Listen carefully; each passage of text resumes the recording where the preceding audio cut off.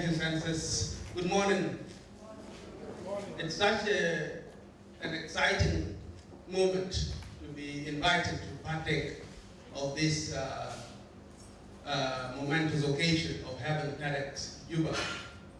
I thank the organizers for inviting me to be part of it.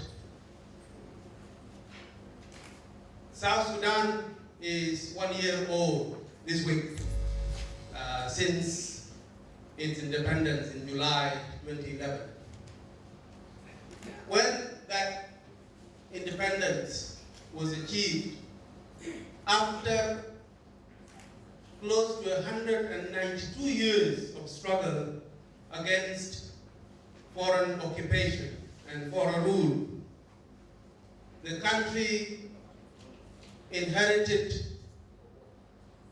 a large number of challenges and problems, one of which is that its citizens, euphoric as they were, their expectations were sky high, and the resources available to tackle these expectations were limited. It also found itself confronted with the question of how to transform itself into a nation now that it has become a country. And the two are not always the same.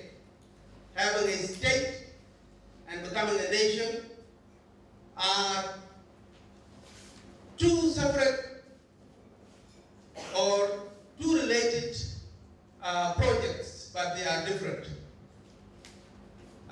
State building refers to strengthening the country, building it on 4 pillars of strong political unity, of strong military, of service delivery that is equitable and sufficient, and civil society that is vibrant and able to communicate with its government.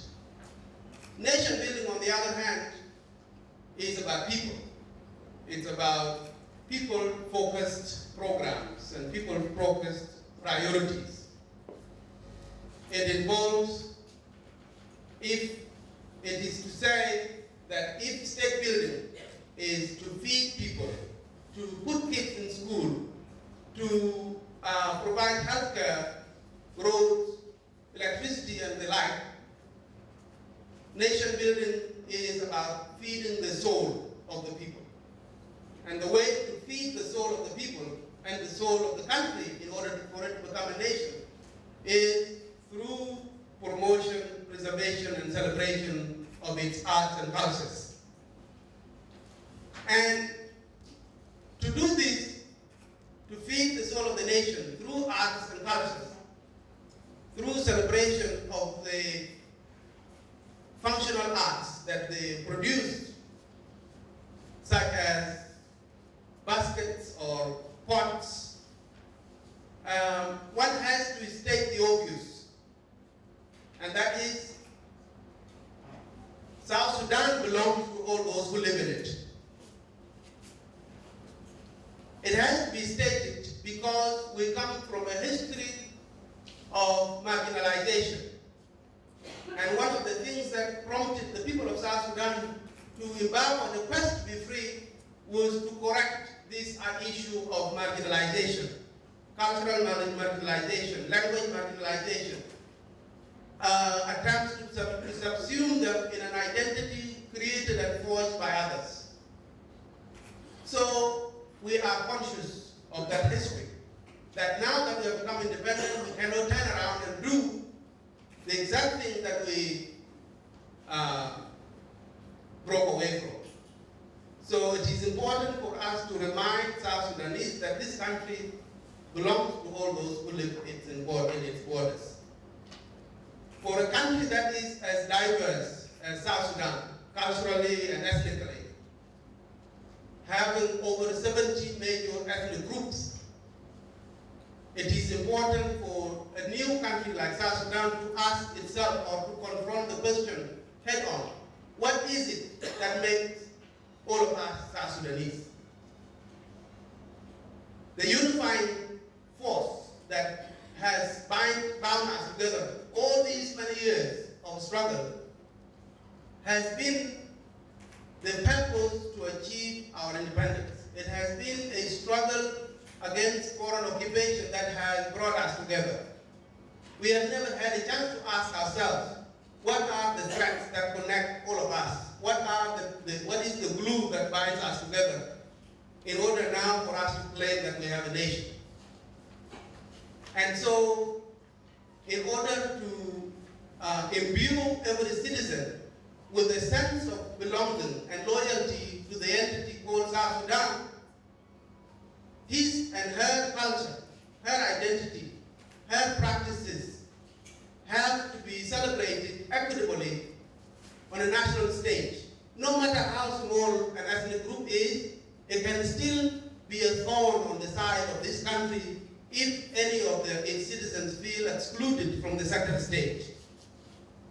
And in the government of South Sudan, especially the Ministry of Culture, Youth and Sports, Ministry of Education, Ministry of Information, and many other institutions of government believe that in order for us to forge this one core of the country that we all subscribe to, that every citizen can relate to, we have to bring all their practices onto a center stage, onto a national stage, whether it is in the media, or in the cultural centers, or in the museums, the history of the country.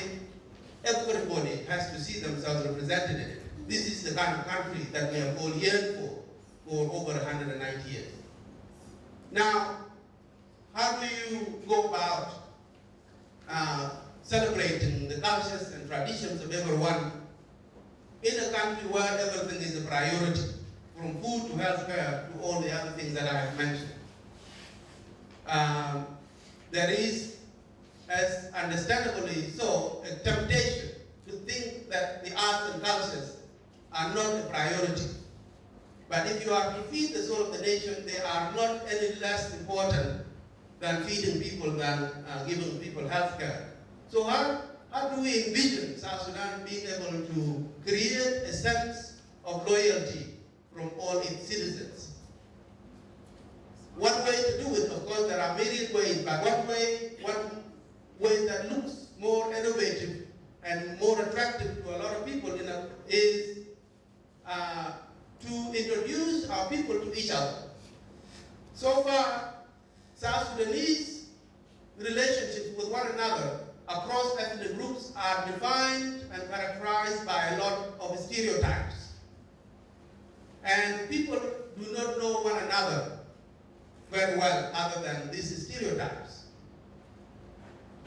The differences between the Equatorians, the Acholi, like the ones who were dancing this morning, the Zande and the Bari, between them and the people of Upper Nile, the Nuer and the Dinka, the Morale, or the people of Bahagazal, the Dinka, the Balanda, and the rest of them, the relationships that they have among themselves are based on very limited knowledge about one another. So the best way to get our people to think of themselves as citizens and members of a single community is for us to introduce them to one another. And the best way to introduce them to one another is through the functional arts that they use in their daily lives. Let me remind you that, like the rest of Black Africa, South Sudanese do not produce art just for the sake of art. We produce them artistically for daily use. Pots are made, baskets are made, agricultural implements are made artistically, but they are made in order to use them in your daily life. And there are lots of commonalities between all of this across the terrain of South Sudan. So it is best that we introduce our people to one another through these functional arts and through musical arts and dancing arts and singing and language. So it is now part of the work of the Ministry of Culture to collect all these different artifacts and organize them by function. agricultural implements, war objects, cooking utensils, bedding, and the rest of them, and then take them around over 2 years from county to county, present it in village center, at a school, in a state parliament, at a Payam administration center, and invite that community to view these artifacts. And they will automatically be able to notice the commonalities that exist between all the different ethnic groups. When you look at them presented by function, you will be able to identify which object you use, and you will be able to ask a question. Oh, so it is also the object that is used by the Zante, or by the Dinka, or the Nuer, or the Molele, or the Plutuko. And people will see the commonalities, and it is these commonalities that will build a sense of nationhood, a sense of national identity, a sense of national character. It is on the basis of these commonalities that we build special values that are uniquely South Sudanese. When there are differences, which there will be, we also contextualize them. In a lecture presented by one person from that community that tells the story of South Sudan, about how South Sudan came to be. How is it that South Sudan has emerged after decades and decades of struggle to be the country that it is now? And how do we build forward to be the country that we had yearned for, the country that we aspire, the country that we deserve? And so through that presentation, you leave behind an idea, and that is dialogue between different ethnic groups. When people are engaged in dialogue, they are less likely to think of violence as the way to resolve differences. And God knows South Sudan has also been confronted by a great deal of violence within South Sudan because it was a byproduct of the big war. Wars in Africa are characterized by the fact that they have layers and layers that are usually not resolved by the resolution of the big war.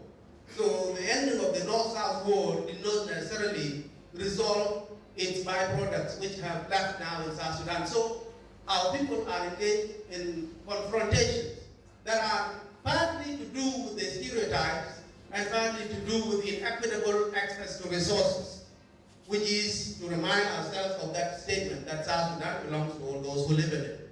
And the government must lead the way. Countries are not born. Countries are made and forged by its citizens with a roadmap set by its political leadership.